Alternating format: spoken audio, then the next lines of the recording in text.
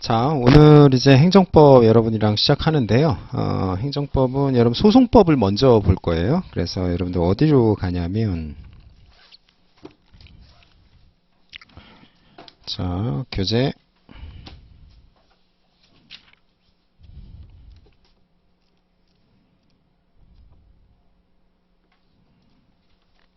자, 334페이지. 그래서 이제 책이 두껍잖아요. 그래서 웬만하면은 여기에 있는 내용을 다 보려고 하니까 가급적이면은 문제풀이 방법, 그 다음에 현출 방법 이 부분을 중심으로 해서 여러분들이랑 빠르게 볼 거니까 사례풀이 방법론에 대한 고민을 집중해갖고 좀 진행할 거예요. 334페이지에. 자, 의리 개발행위 허가가 행해지기 전, 거기다 전에다가 동그라미. 여러분, 우리가 처분이 있기 전에 할 수 있는 소송이라는 건 없어요. 왜냐하면 항고소송이라는 거는 처분청으로부터 처분을 때려 맞고 사후적으로 그 부분에 대한 통제가 이루어지는 게 이제 항고소송이죠. 그렇기 때문에 처분이 있기 전에 행할 수 있는 거, 소송이라는 건 허용되지가 않죠. 하지만 허용되지 않는다고 해서 법에 없다고 해서 인정을 안 할 것이냐, 인정을 해서 국민의 권익을 좀 더 신장할 것이냐, 이 부분에 대한 논의가 바로 무명항고소송 예방적 금지소송이 되는 거예요. 알겠죠? 전의 방점, 전에 할 수 있는 거는 우리 소송법에는 없죠. 그런데 강학상 논의되는 게 예방적 금지소송. 336페이지로 가서, 자, 그럼 예방적 부작위 소송이라는 게 인정될 수 있겠느냐? 문학판검 있죠? 그래서 여러분들이 그게 뭐가 문제가 되느냐? 행소법 4조에다가 언더라인 해보세요. 문제점에. 행소법 4조에서는 기본적으로 취소소송, 무효동 확인소송, 부작위 위법 확인소송만 규율하고 있죠. 근데 거기 없는 걸 할 거냐? 이 부분이죠? 안 된다라는 거. 왜 안 될까요? 처분청 1차적 판단권 존중, 이것 때문에 안 되는 거죠. 항고소송이라는 건 사후심으로서의 복심으로의 본질이 있기 때문이에요. 자, 이걸 만약에 본안으로 한다면은 이에 대한 가구제는 뭐가 될까요? 그게 바로 가처분이 되는 거예요. 알겠죠? 그래서 다음 페이지에 가처분 인정 여부까지 써줘야 돼요. 항상 우리가 소송에라는 본안 플러스 가구제잖아요. 이걸 잘 봐야 돼요. 그래서 본안 플러스 가구제.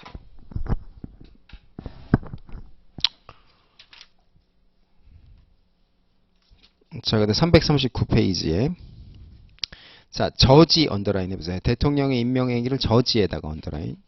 막는 거죠. 예방적으로. 거기에서 마찬가지로 예방적 금지소송, 부작위소송 341페이지에 문학판검, 그 다음에 가처분까지 연계가 돼야 돼요. 그 다음에 여기에 보면은 대통령의 임명행위를 저지하기 위한 거, 임명을 막기 위해서 예방적으로 하는 것과 그 다음에 임용 제청 자체를 취소해도 되잖아요. 그렇죠? 대통령에 대한 임용 제청 자체를 취소하는 것과 관련해서는 취소소송의 제기 집행정지 신청, 여러분들이 그거 언더라인 해서 할 수 있고, 그 다음에 을에 대한 임용 제청, 이거에 대해서도 취소소송을 제기할 수가 있겠죠. 왜 될까요? 경원자기 때문이에요. 내가 안 되면 제가 되는 거고, 제가 됐기 때문에 내가 안 된 거죠. 그래서 경원자와 관련된 법리로서 여러분들이 할 수가 있다.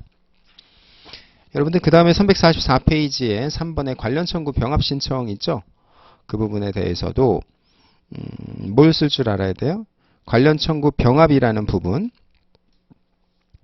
왜냐면은 내가 안 된 거, 제가 된 거, 이거를 한꺼번에 묶어서 병합 신청 10조, 이것도 꼭 써줘야 된다. 별표. 경원자 소송에서는 여러분 관련 청구 병합을 써주는 게 매우 중요하다 그랬어요. 자, 346페이지에 자, 문제를 보니까 여러분 문제에서 쟁점을 도출하고 그 다음에 제시문에서 포섭의 자료를 끌고 오는 게 중요하거든요. 그래서 문제에 보니까 두 번째 줄 어업 면적을 종전으로 환원하여 주는 처분을 구하는 행정소송. 그러니까 처분의 내용이 뭐예요? 얘 청구 취지가 환원해 달라. 거기다 써보세요. 환원해 달라. 그러니까 이게 무슨 청구? 이행 청구예요. 항고소송으로 이행 청구가 된다 안 된다? 안 되지. 이행 청구라는 건 어디에서만 돼요? 우리 이행 청구는 기본적으로 어디에서만? 당소에서만 되는 거예요. 당소, 당사자 소송에서만 가능하죠. 이게 항고로는 불가능한 거죠. 항고로는 안 된다. 알겠죠? 왜? 의무이행 소송이라는 것 자체가 허용되지 않기 때문이다 라는 거 볼 수 있어요. 저희 여기 히타 좀 꺼주시겠어요? 이거 여기서 되나요?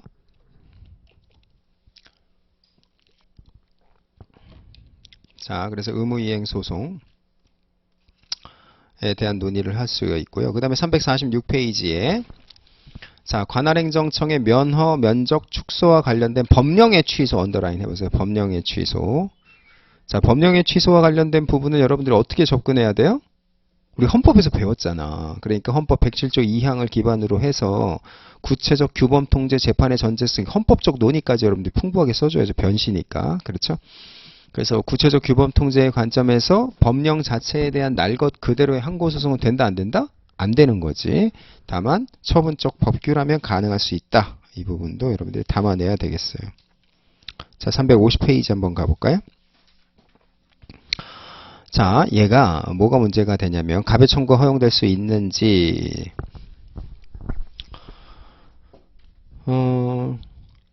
위에서 세 번째 줄 보세요. 구체적인 회비를 산정 고지하는 처분하기 전에 동그라미. 지금 처분이 있기 전에 어떻게 하냐면 총포화약안전기술협회에게 특정한 내용으로만 회비를 산정 고지할 의무가 존재한다. 거기다 언더라인 해보세요. 거기다가 동그라미 1번이라고 그으면 어떻게 될까요? 이게 의무 확인 소송이야. 그러니까 의무 확인 소송이라는 건 뭐예요? 행정청의 의무가 있음을 확인받고자 하는 소송이라는 거예요. 그렇죠? 그러면 우리 항고 소송은 뭐만 허용돼? 처분 때려 맞고 그 부분에 대해서 다투는 복심의 구조잖아. 근데 지금 처분이 있기도 전에 어떻게 하는 거야? 얘의 행정청의 의무는 이거라는 확인을 달라는 거잖아. 법원한테. 된다 안 된다? 안 되는 거지. 거기에 방점이 있고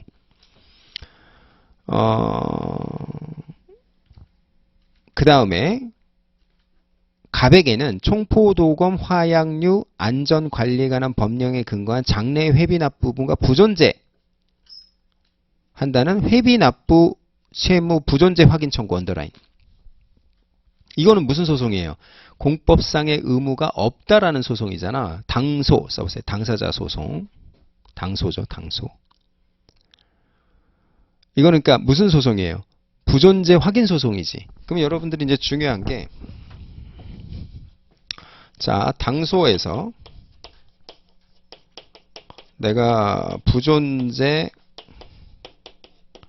확인 소송을 제기하려 그래. 그 여러분 당소에서 여러분들 확인 소송이 나오면 뭐부터 쓸 줄 알아야 돼요? 즉시 확정의 이익. 이게 굉장히 중요한 얘기지. 뭐하고 비교해야 돼? 항고 소송으로서의 무효 확인 소송.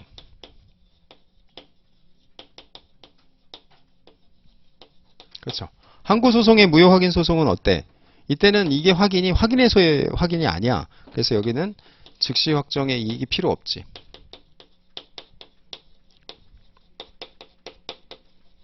그렇죠? 이 비교해야 돼. 아주 중요해. 그래서 여러분들이 당사자 소송으로서의 그 확인 소송에서는 항상 뭘 생각해야 된다? 즉시 확정의 이익. 그럼 이제 첫 번째 동그라미 1번 친 부분과 관련해서는 의무 확인 소송으로서 이거는 무명 항고 소송으로서 나가리 된다. 뭐 그거 쓰면 되고. 그 다음에 회비납부 의무 부존재 확인 청구에서는 뭐가 써야 돼? 즉시 확정의 이익을 써야 돼요. 그러려면 어떻게 해야 되겠어? 무효 확인 소송에서는 즉시 확정의 이익이 필요하지 않다라는 거 좀 넓게 쓰고 그 다음에 당소에서는 필요하다라는 거 비교해서 써줘서 판례를 풍부하게. 알겠죠? 이 판례가 되게 중요해요. 그래서 350페이지에 요거 별표 3개 출제 가능성 탑급이에요. 매우 중요하다. 최신 판례.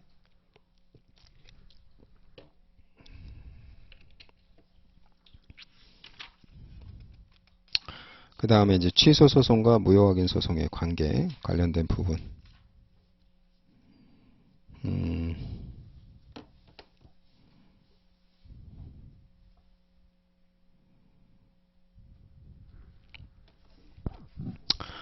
여러분들이 이제 취소 사유에 대해서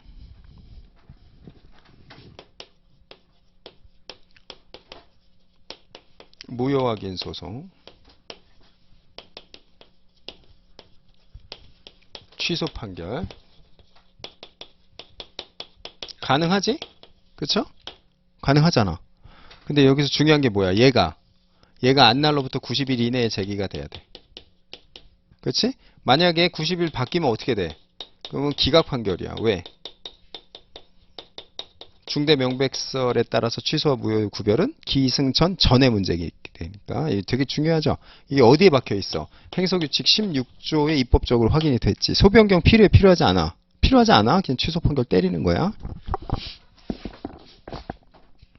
그러면은 무효 확인 소송을 계속 중에 추가적으로 급여 지급 결정 취소 처분에 취소를 구하는 소를 병합할 수 있어요? 아, 있어. 왜 있어? 예를 들어 무효 확인 소송 제기 자체만 안날로부터 90일 이내에 제기가 되면 원래 병합 시점에서 개별적으로 병합 시점에 제소기간이 준수되는지를 판단해야 되지만 무효 확인 소송만 안날로부터 90일 이내에 제기만 된다면 취소 소송 거기다 병합해도 된다는 게 우리 판례의 입장이죠. 그럼 왜 그런 거야? 무효 소송에는 취소 소송이 포함되어 있는 상호 포용 관계가 있기 때문이지. 그렇죠. 거부 처분 취소 소송에는 부작위 위법 확인 소송도 포함되어 있다라고 보는 게 우리 판례의 입장이긴 똑같아요. 자, 별표 요 문제. 관련 청구 병합의 요건 사실을 적시해줘야죠. 356페이지에 각 청구가 적법할 것 별표치고 양가로 3번이죠. 357페이지. 그러면 이제 무효 확인 소송하고 취소 소송은 어떤 관계가 있느냐? 무효 소송에는 취소 소송도 포함되어 있다는 상호 포용 관계를 358페이지에서 별표. 그래서 취소 사유에 대한 무효 확인 소송 제기 자체가 취소 판결 가능하다. 다만 무효 확인 소송 제기는 안날로부터 90일 이내에 제기가 됐어야 된다라는 거죠. 359페이지에 각 청구가 적법할 것이라는 관련 청구 병합의 요건 사실 중에서 취소소송의 제소기간은 원래는 어떻게 해야 돼요? 취소소송의 제소기간도 준수가 돼야 되잖아. 그치? 병합 시점에. 그러나 무효 확인 소송 제기 자체만 안날로부터 90일 이내만 되면 취소소송도 그때 제기된 걸로 간주되잖아. 그치? 왜? 그 안에 들어가 있으니까 거북이 위에 토끼가 타고 있다라고 생각하면 되지. 그럼 취소소송이 토끼고 거북이가 뭐야? 무효 확인 소송이잖아. 그렇죠? 무효 확인 소송 제기 자체만 안날로부터 90일이 되면 된다. 361페이지도 마찬가지예요. 무효 확인 소송을 2022년 1월 30일 거기다 언더라인 해보세요. 그럼 처분일이 언젠가를 봐야 되겠지. 그치? 그러면 밑에서 제시문에서 네 번째 줄 병은 2022년 1월 1일 날 인적 공개사항 결정을 했어. 그러면 이때가 처분이잖아. 그치? 그러면 무효 확인 소송은 안날로부터 90일 이내야 아니야?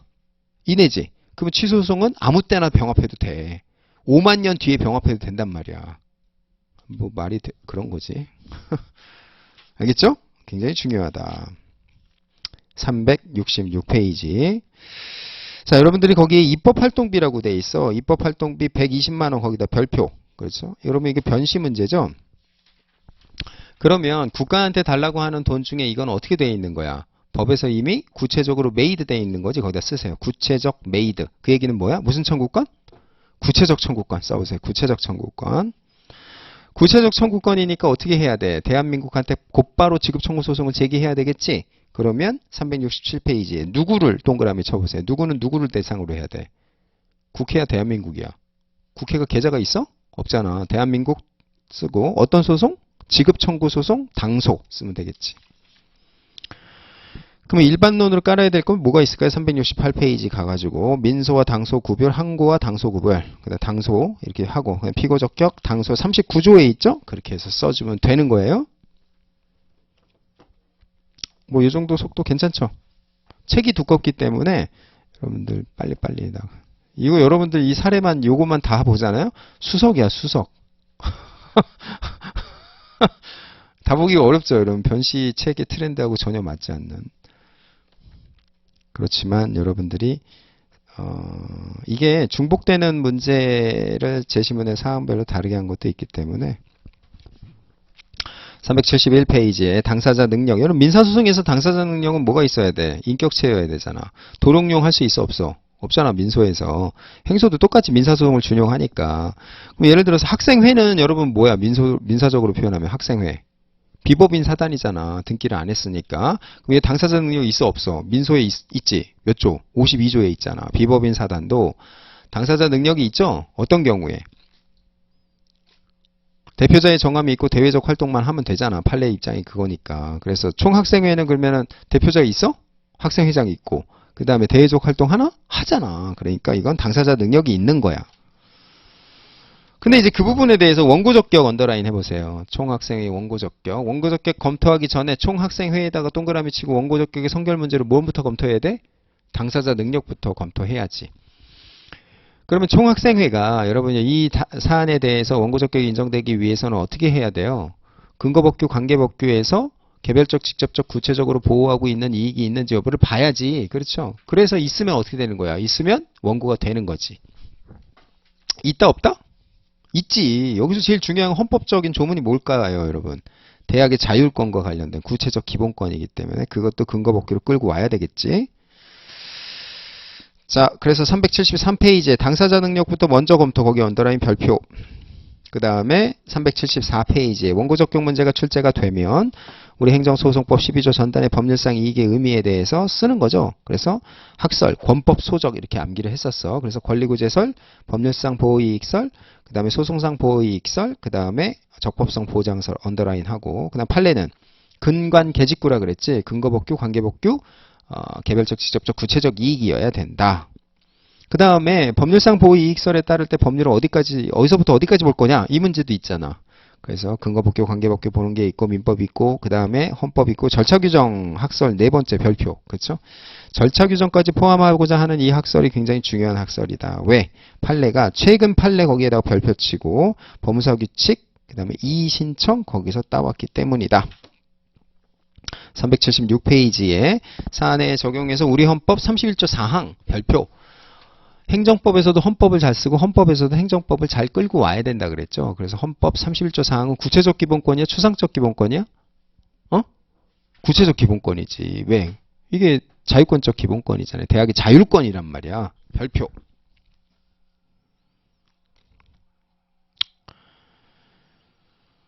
자, 그 다음에 두 번째. 제약회사들은 회원으로 설립된 사단법인 대한제약회사협회 사단법인 동그라미. 얘는 법인이지. 그러니까 뭐야? 얘는 당사자 능력 그냥 있는 거지. 그 다음에 이 사건 고시가 있으나 1개월 후에 고시가 있으면 알았다고 주장하면서 94일째 언더라인. 그러면 94일째가 되려고 그러면 어떻게 해야 돼요? 예를 들어서 거기 박스 있잖아. 그 박스에다가 여러분 표시하고 뭐라고 표시해야 돼? 이게 고시처분이야. 고시처분. 근데 이 고시처분의 효력 발생일이 기재가 돼 있어, 안 돼 있어? 거기 상단에 보면 2018년 9월 23일 효력 발생일이야? 아니야. 그냥 고시일이잖아. 고시 공포일이잖아. 고시 공포일이고 이 고시 처분에 대한 효력 발생일은 별도로 규정이 안 돼 있단 말이지. 그럼 뭐 뭘로 가야 돼? 행정 업무 규정인가? 뭐 시행령 있잖아요. 거기 플러스 5일을 해야 돼. 그래서 달력이 있으면 달력대로 보고 체크하고 했던 거는 우리 헌법에서 배웠잖아요. 그래서 제소기간은 그렇게 하는 거고, 그 다음에 대한제약회사협회라는 건 얘는 약사한테 이루어진 처분 있잖아요. 개인한테 이루어진 처분에 대해서 단체가 소송 제기하면 돼, 안 돼? 안 돼. 그건 계직구가 없어. 그 얘가 갖고 있는 불이익이라는 건 뭐야, 결국? 우리 회원들이 불이익을 먹으면 회비가 덜 거치는 거잖아. 무슨 이익이야? 경제적 이익에 불과하지. 그렇죠? 그렇게 해서 논증을 해주면 된다라는 거. 381페이지에. 그럼 대한제약회사협회는 안 되는 거죠? 제약회사는? 당연히 되지. 지금 뭐 깎이게 생겼는데. 383페이지. 자, 이거는 여러분들 어디다가 언더라인 치냐면요. S순여원 밑에서 네 번째 줄. 순여원은 뭐야, 여러분? 순여원. 순여원 대부분 재단법인이지. 그래서 밑에서 하나, 둘, 셋, 넷, 다섯, 여섯 재단법인 언더라인. 그래서 당사자 능력은 그냥 재단법인이기 때문에 당연히 인정된다라고 정도만 해주면 되죠. 그 다음에 얘가 지금 주장하는 내용이 뭐냐? 순여원이 딸기잼 가격이 잘 안 팔리고, 그 다음에 환경상 이익. 환경상 이익에다가 언더라인 해보세요. 순여원은 기본적으로 환경상 이익의 주체가 될 수가 없지. 그래서 그 부분만 여러분들이 잘 표시해주면 될 것 같아요. 그렇죠? 385페이지에 법률상 이익, 그 다음에 법률의 범위, 사안의 적용, 양가로 2번 보세요. 386페이지에. 우선 당해처분의 근거법령인 공인수면 매립법의 내용, 합리적 해석상 S수녀원 취지가 있나 없나? 없지. 두 번째, 공인수면 매립 목적 변경 승인 처분은 S수녀원에 소속된 수녀 등이 하는 거지 얘한테 될 수는 없지. 그 다음에 주체도 될 수 없어. 그 다음에 제시문에서 이 딸기잼이 왜 이렇게 잘 안 팔리는지에 대한 소명이 있어 없어. 재산상이 원래 원고 적격은 여러분 변론주의 원칙상 법률 요건 분류설에 따라서 누가 입증해야 돼? 원고가 입증해야지. 다만 환경영향평가 대상 지역 안에 있는 주민에 대해서는 어떻게 해주는 거야? 그냥 추정해 주는 것 뿐이죠. 그쵸? 부정 388페이지 부산지방법무사회 언더라인 얘가 뭐야? 얘가 처분청이지. 그쵸? 그 다음에 채용승인 취소한 사안에서 사무원이 될 수 없게 된 갑. 이게 누구에 대한 처분이에요? 법무사에 대한 처분이잖아. 법무사에 대한 처분임에도 불구하고 되지 못한 애가 취소송을 제기할 수 있겠느냐? 절차 규정이 있어요. 절차 규정.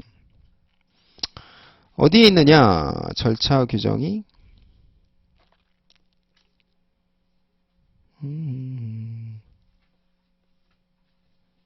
이의 신청을 할 수 있다라는 이의 신청 절차를 규정하고 있다. 그쵸? 거기다 언더라인 제시문의 밑에서 두 번째 쪽 이의 신청 절차를 규정하고 있다. 이게 뭐가 돼요? 계직구가 되는 거지. 그렇죠.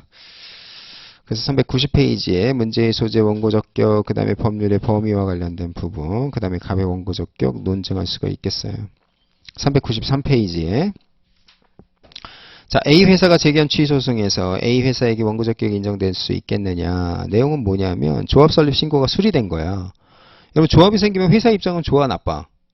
잠이 잘 안 오지. 밥을 먹어도 맛이 없고 이상하게 피곤하고 막 어깨도 아프고 이래. 법률상 이익이야 아니면 사실상 이익이야? 사실상 이익이지. 여러분 노동조합법에 그러면 예를 들어서 회사에 그런 이익을 규정하면 그거는 미친 거지. 법의 취지에 맞지 않잖아. 그래서 부정이에요.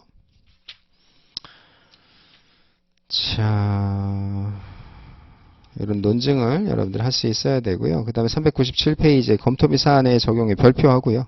이런 것들을 담아낼 수 있어야겠다. 그 다음에 399페이지 보세요. 자, 사증 발급 거부에 대해서 취소송을 제기하고자 하네요. 이런 거부 처분은 침익적 처분인가? 아니야. 취소적 처분이 아니기 때문에 사전 통지 안 해도 되지. 그러면 여러분 이걸 잘 봐야 돼. 침익적 처분의 직접 당사자는 원고 적격이 당연히 있지. 그렇잖아요. 법치행정의 원칙에 따라서 걔를 구제하고자 하는 게 법에 박혀 있는 거니까. 근데 거부 처분은 침익적 처분이 아니기 때문에 거부 처분의 당사자는 당연히 원고 적격이 인정되는 게 아닌 거야. 그렇죠? 그렇기 때문에 거부 처분의 당사자는 뭐가 있어야 원고 적격이 인정될까? 개별적, 직접적, 구체적 이익이 있어야 되는 거야. 그렇죠? 그렇잖아요. 근데 이제 그거를 대상 적격의 관점으로 가면 뭐가 있어야 대상이 되는 거야. 거부 처분이. 법규상 조리상 신청권이 있어야 되는 거고 원고 적격에서는 얘한테 계직구가 있어야 되는 거지. 그럼 사증이라는 건 어때? 사증 발급이 내가 신청했는데 거부됐다 그러면 계직구가 있겠냐 이거야. 법에는 없겠지. 왜? 이거는 재량이니까. 그러면 어떻게 해야 될까요? 합리적 해석을 해야 돼. 그러니까 기본적으로 우리나라에 한번 들어와갖고 인연을 형성했던 애들 있잖아. 걔네들한테 만약에 다툴 기회조차 두지 않으면 우리나라는 무슨 국가야?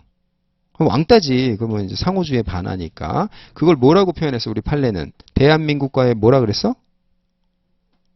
실질적 결련성이라고 표현을 한 거지. 결련성이 뭐야? 릴레이션십이라는 얘기잖아요. 그렇죠? 그래서 원고 적격이 인정된다. 이렇게 보면 되겠어요. 그 다음에 얘는 한국 사람이었잖아. 재외동포이기 때문에. 재외동포 법에 보면은 또 얘는 계직구가 또 있어요. 자, 404페이지 경업자. 그러면 처분의 직당, 침익적 처분의 직당은 당연히 원고 적격이 있잖아. 그러면 침익적 처분의 직당이 아닌 제3자의 경우에 원고 적격이 있겠느냐? 이 부분이거든요. 그렇죠? 그러면 그 부분을 세 가지로 어떻게 인위적으로 나눈 거야? 경업자, 경원자, 인인으로 나눈 거야. 그럼 경업자 같은 경우는 어때? 특허는 기존 업자면 있지. 허가는 자유권의 회복이니까 없어. 근데 그거를 이제 엔드 스테이트로 결국에는 뭐라고 얘기할 수 있어? 과당 경쟁으로 인한 불합리한 경영 방지의 취지가 있다면 있는 거야. 없다면 없는 거고. 이게 경업자의 전부죠. 그렇죠? 자, 그러면 404페이지에 여객 자동차 언더라인 해보세요. 여객 자동차 특허야 허가야? 특허야. 그러면 과당경불 당연히 있겠지. 그치? 과당경불이 없다라는 특별한 사정이 없다면 당연히 있는 거예요. 그래서 406페이지에 원고적격 총론이지 이게. 그래서 407페이지에 상단까지 해서 총론이라고 쓰세요. 원고적 경업자 앞에까지 총론. 그 다음에 이제 제3자 경업자로 오는 거잖아. 이건 뭐가 돼? 강론이야. 총론 쓰고 강론 쓰는 거지. 그래서 경업자. 그러면은 판례는 몇 개가 있어? 여기 4개가 있지. 그래서 첫 번째, 근광계직구 때려 넣고, 두 번째, 특허, 오케이, 허가, 나가리. 근데 허가의 경우에도 거리 제한이 있으면 오케이. 그치? 그러면 이건 뭐라고 얘기할 수 있어? 과당 경쟁으로는 불합리한 경영 방지 취지만 있으면 있는 거지. 그치?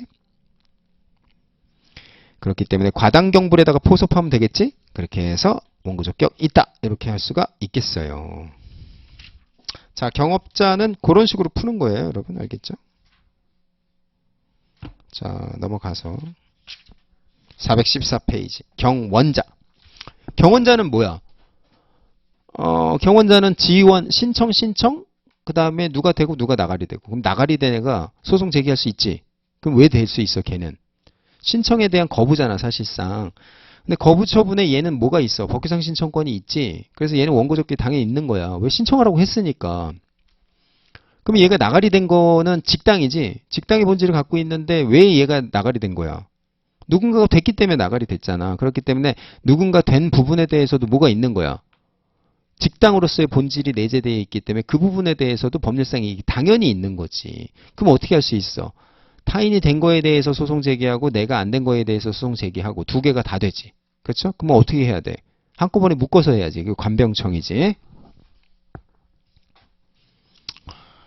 자, 이거는 어디를 보냐면요. 여러분들이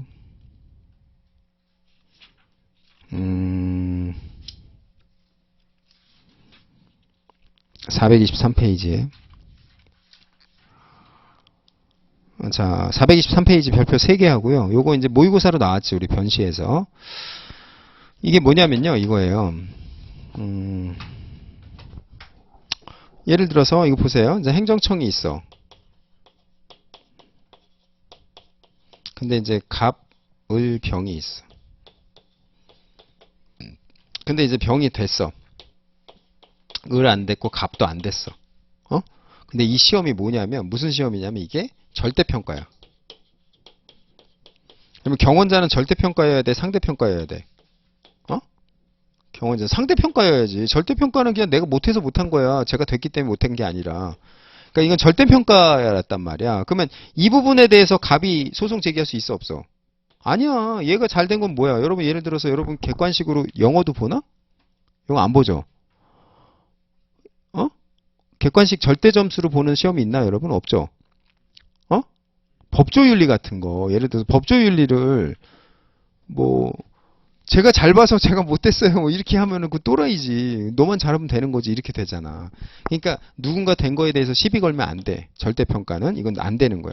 그럼 얘가 안 된 거에 대해서는 뭐야? 이건 오지랖이지. 그러니까 계직구가 없는 거지. 이거는 원고적격 있어 없어?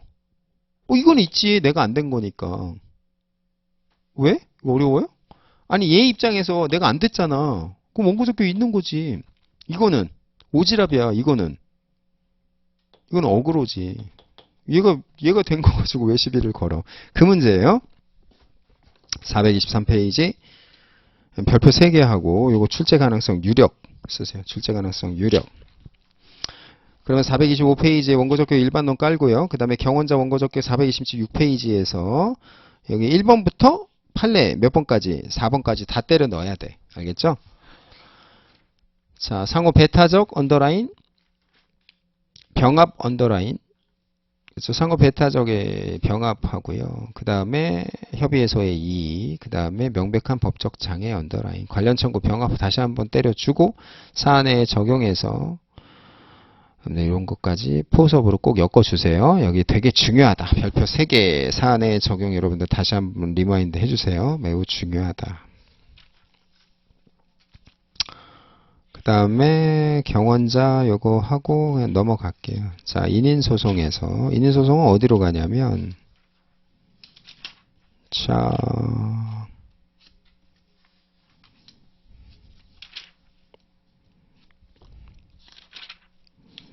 자, 450페이지로 갈까요?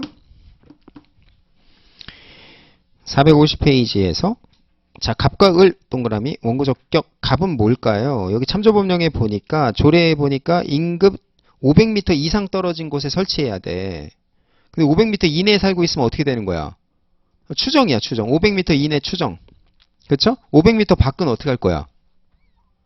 입증해야지. 그쵸? 그게 이제 핵심인 거예요. 그러면 이게 환경영향평가 사업이야? 아니야. 환경영향평가 사업은 아니에요. 근데 왜 그렇게 해? 환경영향평가 사업에서 확립된 법리 있잖아. 거리제한 규정 내, 추정, 거리제한 밖, 적극적 입증. 이게 보편적 법리로서 거리제한이 규율되는 모든 시설 사업에 범용되는 거야. 알겠죠? 그러니까 여러분들이 환경영향평가 대상 사업 관련된 법리를 먼저 일반론으로 깔아. 그 다음에 어떻게 하는 거야? 당해 사안의 그 판례 요건 사실 끼워. 이렇게 되는 거지. 자, 그러면은 이제 갑은 보니까 어떻게 돼 있냐면은 갑은 300m 떨어져니까 살고 있잖아. 얘는 어떻게 되는 거야? 추정이지? 그치? 근데 을은 어떻게 돼 있어? 거기에 부지는 있어. 그러면 뭐야? 부지만 있으면 다 되는 거야? 추정? 아니지. 실질적으로 점유를 해야 될 거 아니야. 근데 5km 떨어진 마을에는 살고 있네? 거리 제한 바뀌잖아. 적극적으로 입증만 하면 될 수 있지. 그래서 453페이지 인인소송에서의 원고 적격 환경영향평가 대상 사업이 실시되는 경우와 관련된 일반적인 법리를 여러분들이 이렇게 서술해 주고 그 다음에 갑과 을의 원고 적격 여부를 454페이지에서 그렇게 써주면 되겠어요. 알겠죠? 자, 456페이지에서 456페이지는 별표 3개 하고 출제 가능성이 굉장히 높죠. 자, 여러분들이 이제 우리가 협의의 소의 이익과 관련해서는 보다 유효적절한 구제 방법이 있으면 어떻게 되는 거야? 유효적절한 걸로 가야지 유효적절하지 않은 걸로 가면 현실적으로 소를 제기할 이유가 없는 거지. 인가라는 건 뭐예요? 인가라는 건 기본행위가 있고 행정청이 어떻게 하는 거야? 소극적으로 효력만 완성시켜 주는 거야. 그렇죠? 근데 이 기본행위 하자가 있으면 무슨 법원으로 가야 돼? 사인의 법률행위이기 때문에 민사법원으로 가야지. 인가에 대해서 취소소송을 제기하는 거는 분쟁 해결의 유효적절한 방법이 아니야. 왜? 인가가 무슨 성격을 갖고 있어?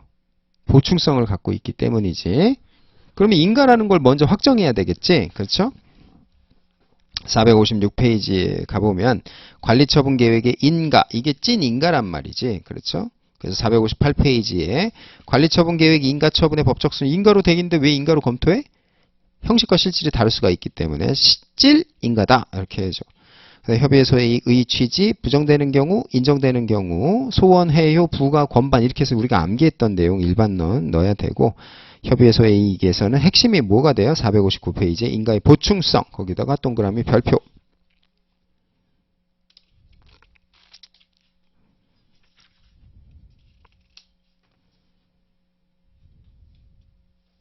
자, 그 다음에 81번 쟁점 있죠? 이건 별표 3개.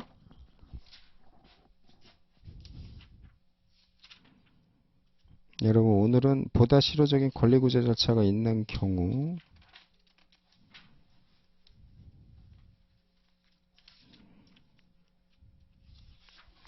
자, 이거를 잘 보세요. 이게 이제 출제 가능성이 되게 높아요. 자, 행정청이 있어. 갑이 있어. 이제 얘가 신청한 거야. 근데 이제 얘가 거부를 맞았네? 그래서 얘가 이제 행심위에 가갖고, 취소심판 청구했어.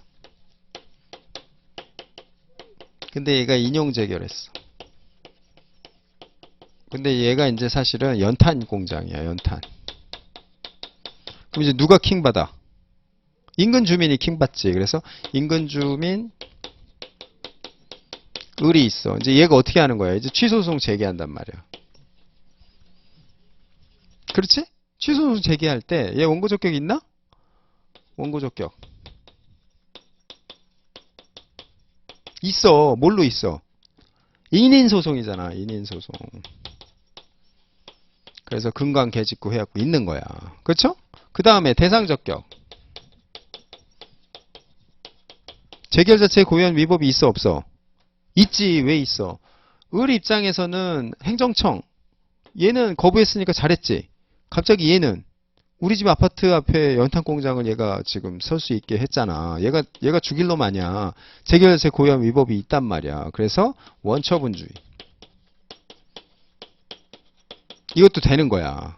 근데 이제 협의의 소이익에서 어떻게 될까? 여기서 나가리가 돼. 왜 그럴까? 예를 들면 여기서 인용 재결이 떨어지잖아. 그래서 만약에 취소송에서 인용 판결이 받아. 그럼에도 불구하고 처분 이후의 사정으로는 어떻게 돼? 기속력의 시적 범위에서 벗어나기 때문에 처분 이후의 사유를 어떻게 할 수 있어? 다시 거부도 가능해. 그러면 종국적으로 어떻게 하는 게 좋아? 진짜 여기서 허가가 나오면 그 허가 처분에 대한 취소송을 제기하는 게 분쟁 해결에 보다 유효적절한 구제 방법이 되겠지? 이렇게 가는 거예요. 굉장히 중요하죠, 여러분 이거. 463페이지에 협의해서의 의 취지 깔고 그 다음에 464페이지에 관련 판례 여기다가 양가로 2번 보세요. 거부 처분이 재결해서 취소된 경우 3자가 재결에 따른 후속 처분이 아니라 그 재결의 취소를 구하는 것은 실효적이고 직접적인 권리구제 수단이 될 수 없기 때문에 분쟁의 유효적절한 구제 수단을 할 수 없어 법률색이 없다. 알겠죠? 별표 셋. 그래서 여러분들 결론을 그렇게 가면 되겠죠. 자, 보다 실효적인 권리구제 절차가 있는 경우 강학상 인가 요건 똑같은 문제니까 넘어가죠.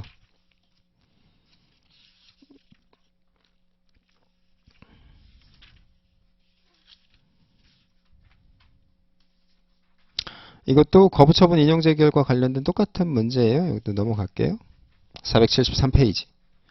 제재처분 기준. 여러분 이제 가중적 제재 사유의 전제 요건이 있다면 처분의 효력이 소멸했다 그래도 그거 없애야 되겠지. 이게 뭐가 돼? 전과가 되잖아 나중에. 그럼 여러분 형사적으로 얘기하면 뭐가 될 수 있어? 누범이 될 수 있지. 집행유예 잘하면 어떻게 돼? 집행유예가 실효사유잖아. 그러니까 이걸 어떻게 해야 돼? 이 암적인 존재를 제거해야 되겠지. 근데 이제 가중적 제재 사유의 전제 요건이 시행규칙 형식의 제재처분 기준에 박혀 있어. 그럼 어떻게 할 거야? 이거는 실질이 뭐야? 행정규칙이지. 그치? 행정규칙이니까 재판기법성 있어 없어? 없지. 그럼 판사는 봐 안 봐? 안 보지. 그러면 가중적 제재 사유의 전제 요건이 있는지 없는지 판사가 봐 안 봐? 안 봐. 그럼 협의의 소액이 없어. 이렇게 하면 이제 누구만 죽어나는 거야? 국민만 죽어나는 거야. 전과 때문에. 그러니까 이제 어떻게 하는 게 좋아? 이게 법규의 성질과 상관없이 공무원은 뭐 할 의무가 있어? 준수해야 돼. 그럼 국민에게 발생할 위험은? 공무원이 준수해서 그대로 가중적 제재 사유를 때리니까 국민은 나자빠지는 거 아니야. 그러니까 국민의 위험은 구체적 현실적이지. 그렇기 때문에 협의의 소액을 인정했던 게 우리 대법원 전합체의 다수 의견이었지. 별개 의견은 어떻게 했어? 야, 뭐 그렇게 어렵게 해. 시행규칙의 헌법 몇 조야? 95조잖아. 95조 법규성 있어 없어? 아, 있잖아. 그러니까 있는 대로 가자. 재판기법성 있으니까 가중적 제재 사유 때려 맞잖아. 그러니까 협의의 소액 인정하자. 이렇게 했던 거죠. 자, 문제를 보면 473페이지에 여러분들이 거기 근거법령인 시행규칙 언더라인, 처분기준 언더라인. 그러니까 어떻게 해야 돼? 그게 맨 밑에 줄. 시행규칙 형식의 제재처분 기준이 되는 거야. 그게 가중 규정 있다 없다? 있다. 그래서 475페이지에 판례 별표 3개 하고 과거 판례, 변경된 전합체 판례, 그 다음에 476페이지에 별개 의견까지 논증을 완벽하게 해주셔야 되겠어요. 자, 요거는 이제 85번 쟁점 한번 보고 넘어갈까요? 어디로 가면 되냐면 878페이지. 거기에 보면 국가개혁법 시행규칙이 있지? 거기 국가개혁법 시행규칙에 여기 1호를 보니까 뭐라고 돼 있어? 늘릴 수 있다. 거기 언더라인 해봐. 1호에 보면 일반 기준에 밑에서 두 번째 줄, 감옥에 밑에서 두 번째 줄 보니까 늘릴 수 있지. 이 가중적 제재 사유의 전제 요건이 지금 어디에 박혀 있는 거야? 시행규칙 형식 제재처분 기준에 박혀 있는 거지. 그러니까 이게 뭐예요? 논의가 똑같은 거다.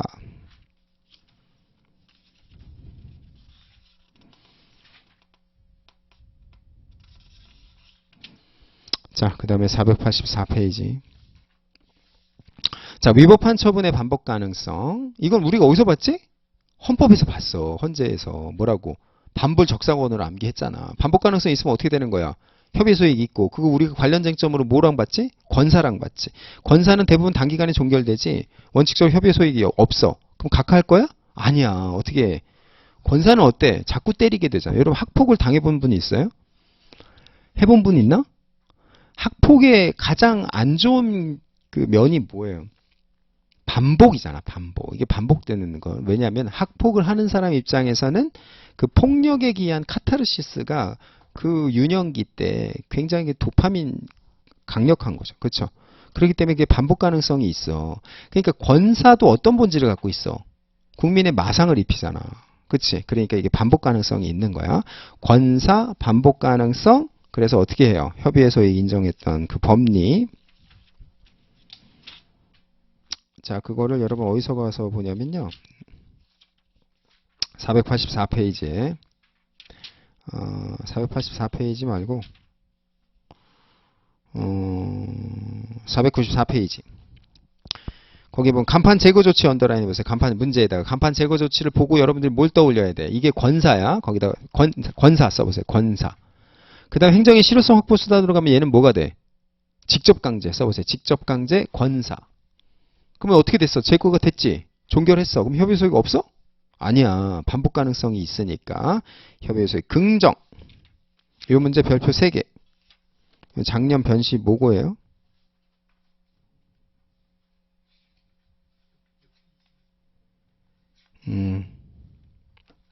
494페이지.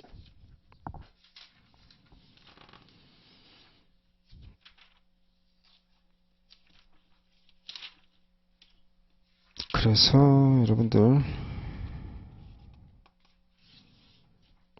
자 오늘 여기까지 하고요.